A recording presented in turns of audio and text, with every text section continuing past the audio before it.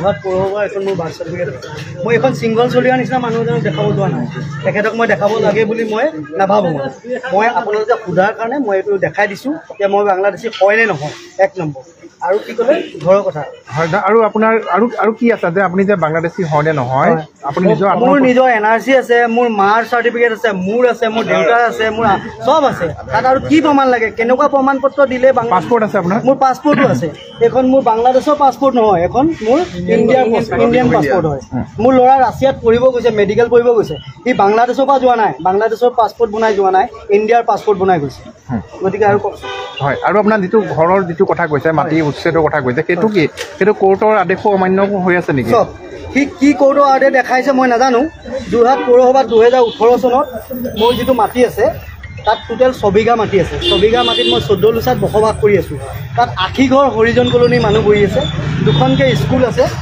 এটা slaughter house আছে যিটো বন্ধ হৈ গ'ল আৰু এখন মোৰ কাষতে মানুহ আছে তাত আমি কমেও 90 ঘৰ মানুহ বহি আছোঁ 6 লোচা মাটিত মোৰ আছে কিন্তু 14 লোচা মাটি এই মাটি টুকুৰাত মই মিউনিচিপালিটি বৰ্ডত লিজত আবেদন কৰিছোঁ তাত 2018 চনতে মোক এইটো পাছ কৰি দিছে এইটো মোৰ তাৰ কাগজ মই দেখাই দিছোঁ এক নম্বৰ 2 নম্বৰ সেই মাটিটোত মই টেক্স দি আছোঁ মিউনিচিপালিটি হোল্ডিং দি আছোঁ মোৰ নামত খাজানা ৰচিদ আছে মোক আপত্তিবিহীন প্ৰমাণ পত্ৰ চেয়াৰপাৰ্চনে দি গৈছে আপত্তিবিহীন প্ৰমাণ পত্ৰ আৰু আমাৰ পৰা এখন লিখা আছে লিখা লৈ থোৱা আছে যোৰহাট পৌৰসভাই যে কোনোবা দিন যদি তাত কিবা প্ৰজেক্ট আৰম্ভ কৰে 6 বিঘা মাটিত যদি চবকে খালী কৰিব কয় ময়ো হাঁহি এইটো মাটি খালী কৰি দিম তাত কোনো কথা নাই এতিয়া কৈছে টকা দি পেলাই আপোনাৰ পৰা পইচা লৈ পেলাই চব মেনেজ হৈ আছে তেনেকৈ নাম লোৱা নাই তেনেকৈ অন কেমেৰা কৈছে চব এইটো হ'ল মই কেছত জিকা এটা LG কেছ তেওঁলোকে ছিংগল চলিয়াৰ ইয়াত মানুহে মোৰ ওপৰত কেছ দিছিলে আপোনাৰ এখন LG কেছ LG 2817 এই কেছখনো মই জিকি থৈছোঁ হা আৰু টকাৰ কথাটো হ'ল কি টকাৰ পিছত চবেই মৰা মানুহ নহয় টকা দি যিটো ইলিগেল কামবোৰ কৰিব নোৱাৰে আৰু চবেই জানে আজি অসমৰ ৰাইজে চবেই জানে টকা লৈ কোনে কাম কৰি আছে ইটা ভাটাত শ্ৰমিকবোৰক বন্ধ কৰি দিলে মিয়া শ্ৰমিকক বন্ধ কৰি দিলে এতিয়া সেইটো মিয়া শ্ৰমিকক বন্ধ কৰি গোটেই ইটা ভাটাৰ পৰা পইচা আমি শুনিছোঁহে দেই পইচা লৈ আকৌ শ্ৰমিকে তাত কাম কৰি আছে গতিকে অসমৰ ৰাইজে বুজিবলৈ একো নাই চবেই জানে গতিকে সেইটো মই কাকো টকা দিয়া নাই পৌৰসভাৰ বিষয়েও তেওঁ কৈছে আপুনি 20টা যদি যোৰহাট পৌৰসভাত কাম ওলায় 18টা কাম আপুনিয়ে পাইছে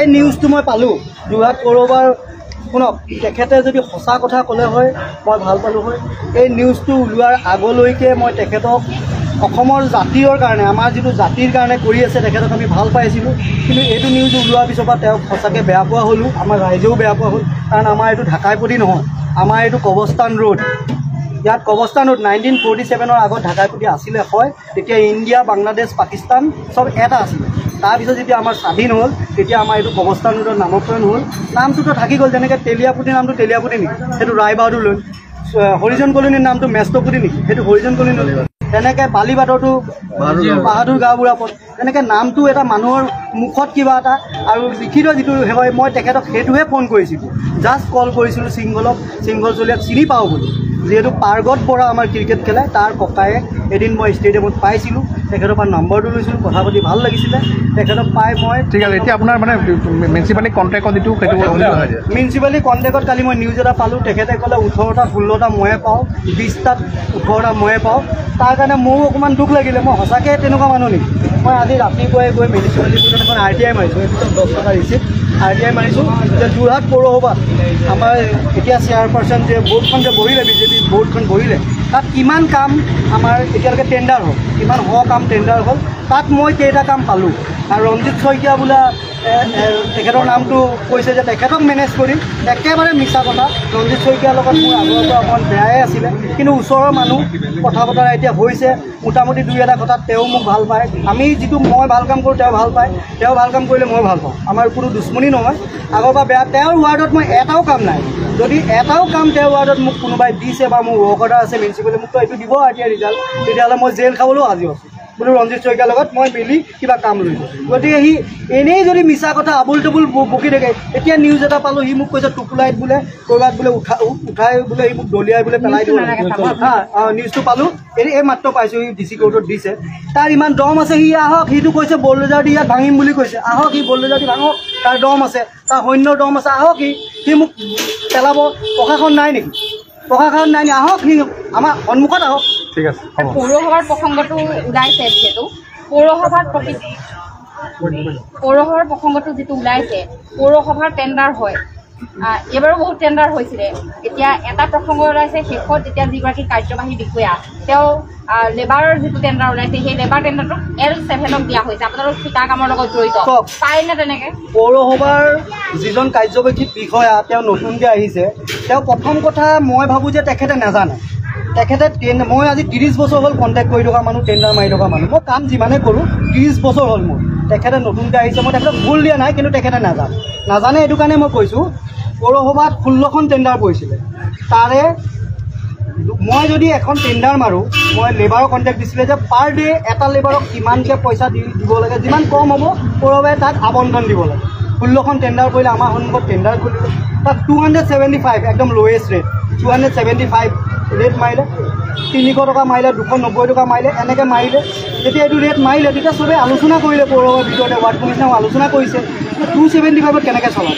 তেতিয়া আমাক সুধিলে, আমি ক'লোঁ চক যিটো L1 275 যদি চলাব পাৰে তেখেতসকলে পইচা নিজৰ পইচা দি যদি ৰাইজক সেৱা কৰিব বিচাৰে কৰিব পাৰে, দিব পাৰে আপোনালোকে। আমাক মতামত তেনেকৈ ল'লে, আমি তেনেকৈ ল'লোঁ। তেতিয়া কি কৰিলে 275ক মাতিলে, তেওঁ ক'লে মই নলওঁ, উইথড্ৰ কৰিলোঁ। তেনেকৈ কি কৰিলে তেওঁলোকে 6খন টেণ্ডাৰ উইথড্ৰ কৰিলে, এইটোতো নিয়মেই নহয়। তেতিয়া মোৰ লগত অকণমান তৰ্ক বিতৰ্ক হ'ল দুজনমান ঠিকাদাৰৰ লগত যে এইটো কেনেকুৱা কথা। মই ছাৰক ক'লোঁ, তেতিয়া আমাৰ এক্সিকিউটিভ অফিচাৰক ক'লোঁ, ছাৰ এইটোতো নিয়মেই নহয়, আজিলৈকে আমি দেখাই নাই। 1ৰ পৰা 3লৈকে যদি কেঞ্চেল হৈ যায় ছাৰ ৰিটেণ্ডাৰ হ'ব লাগে। আপুনি 4জনক মাতিছে চহী কৰা, আপুনি ইয়াত চহী কৰক, এইটো আপুনি ল'বনে নলয়। আৰে তেওঁ যদি নলয় টেণ্ডাৰ কেলৈ মাৰিছিলে, হিতেন গোস্বামী ডাঙৰীয়া আমাৰ MLA ছাৰে ভালেই ক'লে আমাক, যিটো কথা ক'লে তেখেতৰ কিবা আমাৰ একাউণ্টেণ্টৰ কথা ক'লে, কি ক'লে সেইটো তেওঁ কিবা তথ্য পাইছে কাৰণে কৈছে। তাত আমি কোনো ধৰণে খোচাখুচি কৰিব যোৱা নাই, নাপালোঁ। আমাৰ লগত তাতে তৰ্ক বিতৰ্ক হৈ গ'ল। তাত কি কৰিছে ৰঞ্জিত শইকীয়া আৰু মোৰ লগত ভাল বুলি সামৰি গৈ L7ক দিব নোৱাৰে, সেইটো ৰুলৰ বাহিৰত, একদম 100% বাহিৰত, চবেই জানে বাহিৰত। L7 জয় মাতাজী যিখন ফাৰ্ম, সেই ফাৰ্মখনত আপোনালোক যিহেতু দীৰ্ঘদিন ধৰি পৌৰসভাৰ লগত জড়িত, L7 ফাৰ্মখন মই কালিহে অকণমান তদন্ত কৰিলোঁ। L7 ফাৰ্মখনত আমাৰ একাউণ্টনৰ ৱাইফো আছে বুলি মই শুনিবলৈ পাইছোঁ, মই দেখা নাই, শুনিবলৈ পাইছোঁ। গতিকে এইটো নোৱাৰে। এজন কৰ্মচাৰীৰ ৱাইফ এখন ফাৰ্মত কেতিয়াও হৈ কাম কৰিব নোৱাৰে।